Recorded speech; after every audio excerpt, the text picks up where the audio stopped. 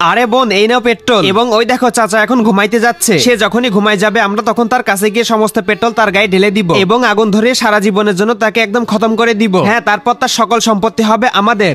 আরে রামু, আমার তো অনেক জোরে ঘুম পাচ্ছে, আমি তো এখন ঘুমাইতে যাবো। তুইও গিয়ে ঘুমাই পর। ঠিক আছে মালিক, আমি যাচ্ছি। ওই দেখ বোন, চাচা তো শুয়ে পড়েছে, চল এখনই তার কাছে যাইতে হবে। হ্যাঁ, তাড়াতাড়ি এদিকে পেট্রোলটা ঢালতে হবে। আরে এই মালিকের ফোন দেখি আমার কাছে রয়েছে, চলো তাড়াতাড়ি এই ফোনটাকে তাকে দিয়ে আসি। ভাইয়া তাড়াতাড়ি এখানে আগুন ধরিয়ে দিয়ে চলো।